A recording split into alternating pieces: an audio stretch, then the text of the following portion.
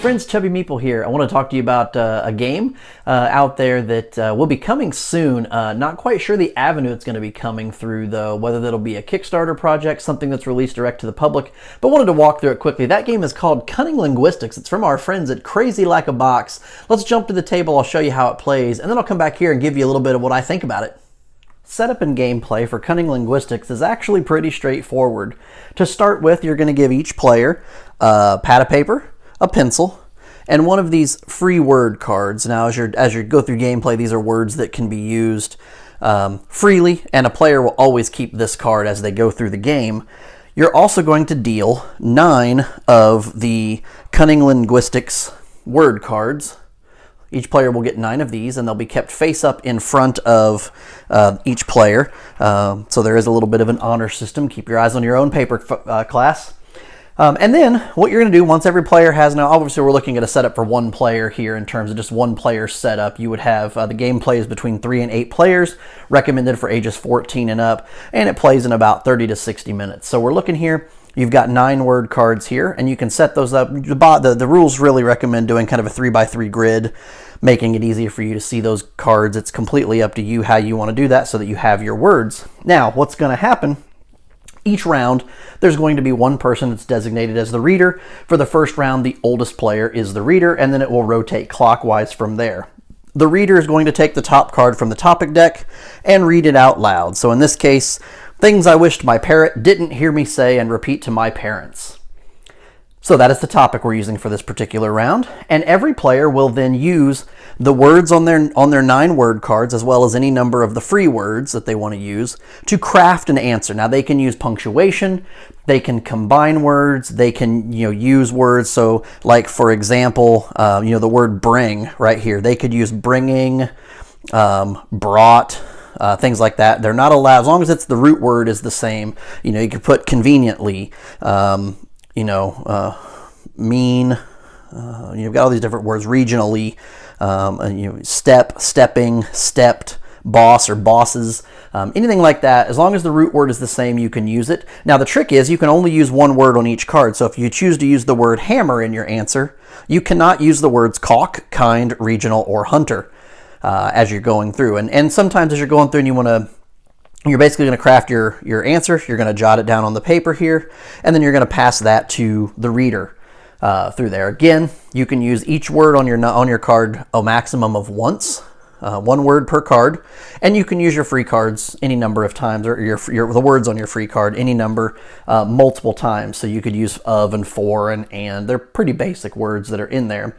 You can create a single sentence, multiple sentences. You can use punctuation. Again, I said you can combine words, but once you've got your answer, and once all players have their answer, and you can also set a timer, 3 minutes is recommended if you want to set a 3-minute timer to kind of get past those players with the analysis paralysis kind of issues as well. Once all of the players have their words written or their answers crafted, they pass those to the reader. The reader will review them. They can quietly convene with any players if they need to, if they need an explanation. But then the reader will shuffle all answers and number each one sequentially. So you'll shuffle them kind of face down. You'll number each one 1 through 6 if you're playing 6 players, for example. And then the reader will read aloud all answers, including the answered number. So here's answer number 1, and read the answer. And they'll go through there. Once the reader has completed reading all of the answers that are there, voting commences. Everyone except the reader votes on their favorite answer by jotting down the answer number on a piece of paper and placing it face down. Please note, you're not allowed to vote for your own answer. Nice try. Once all players have voted, everyone reveals their answer, flipping it face up, and each player will get a point for each vote they received.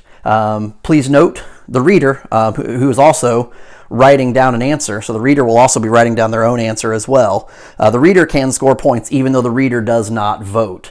So the reader can also score points there. Players then discard any cards that they used.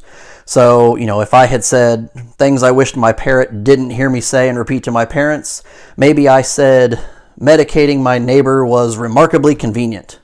If that was my answer, these 4 cards would be discarded. I would no longer be allowed to use those words for future rounds, and then I would simply refill from the deck and fill in additional cards for the next round. Each player would do the same. Each player discards any cards they used words from, redraws back up to 9 cards, and then reader passes clockwise and the round goes over again. Play will continue until you reach a certain score based on the number of players. When playing with 3 or 4 people, you need to reach a total of 8 points. 5 or 6 players, it's 10 points, and a game-winning score of 12 points if you're playing with 7 or 8 players. That is in a nutshell how to play Cunning Linguistics. Let's go back over and see what I think about it.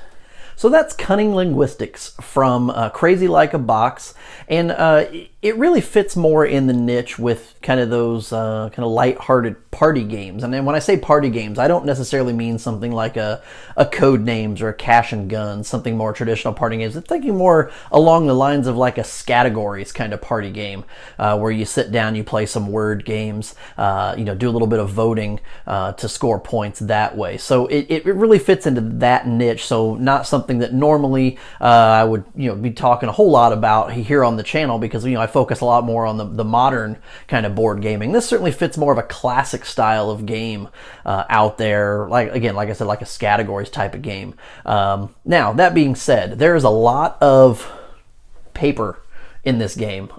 You've got paper being used to keep score. You've got paper that each of the players are writing down, their answers on, and then passing those around the table. There's paper being used to vote on. So there are lots of little bits of paper running around here. I think that it would probably be something that would be a little easier to use on the table if you had, maybe something dry erase for each player. So each player could do a little bit of dry erase, then maybe have some kind of a cover so it doesn't, wipe off as you're handing it to the judge, something like that. Some kind of dry erase that you can just reuse, so you're not just tearing off sheets of paper and tossing them aside, to play the next round. And you're playing, this plays up to 12 players, so at least there's enough content in here. Well, I take it back, enough content here for 8 players. You could certainly play more if you had your own paper, your own pencils, that kind of thing.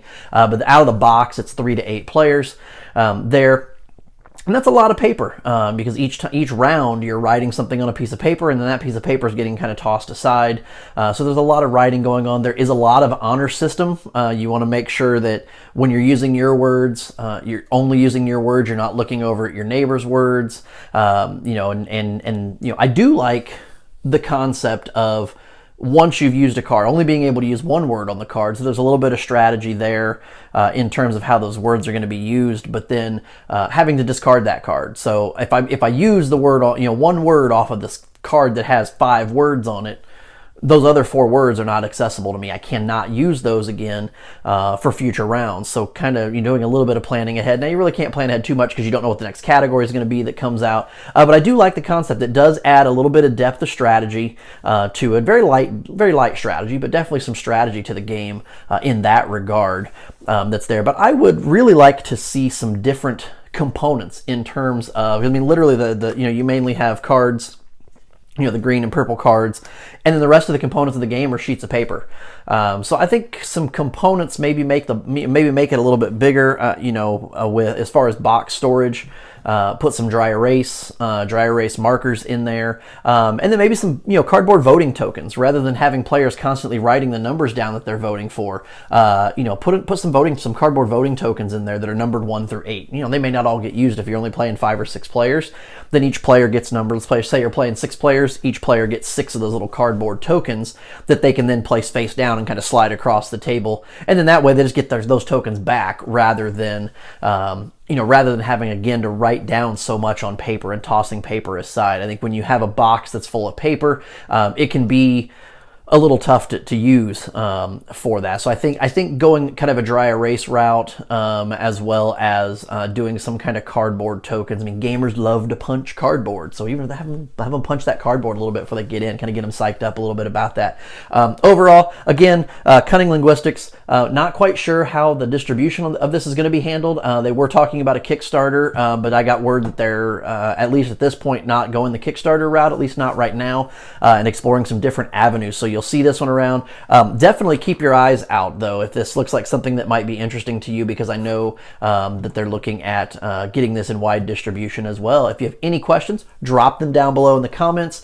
Shoot them my way. I'll answer them as best I can. If you want to make comments about the gameplay, maybe make some suggestions in the comments that I can pass on to the developers as well, as far as some tips on how to play the game or how to make it better, how to improve it, what you like, what you don't like, something like that. I mean, obviously you haven't played it, but something just from the video, if you see something that you think might improve it, drop it in the comments. I'll pass it on to the developers of the game, and we can all work together and try to make things a little bit better out there. But again, definitely, if this is something interesting you, keep your eyes out. I'll try to update kind of the description of this video as I get more information. If I see that it's going to be on different areas, keep an eye on my Twitter, Instagram as well. I will make sure and update those pages, especially the Twitter. If I see that things are being released, if there's website links I can provide to you, I certainly will. Until next time, I'm Chubby Meeple saying, keep gaming, friends.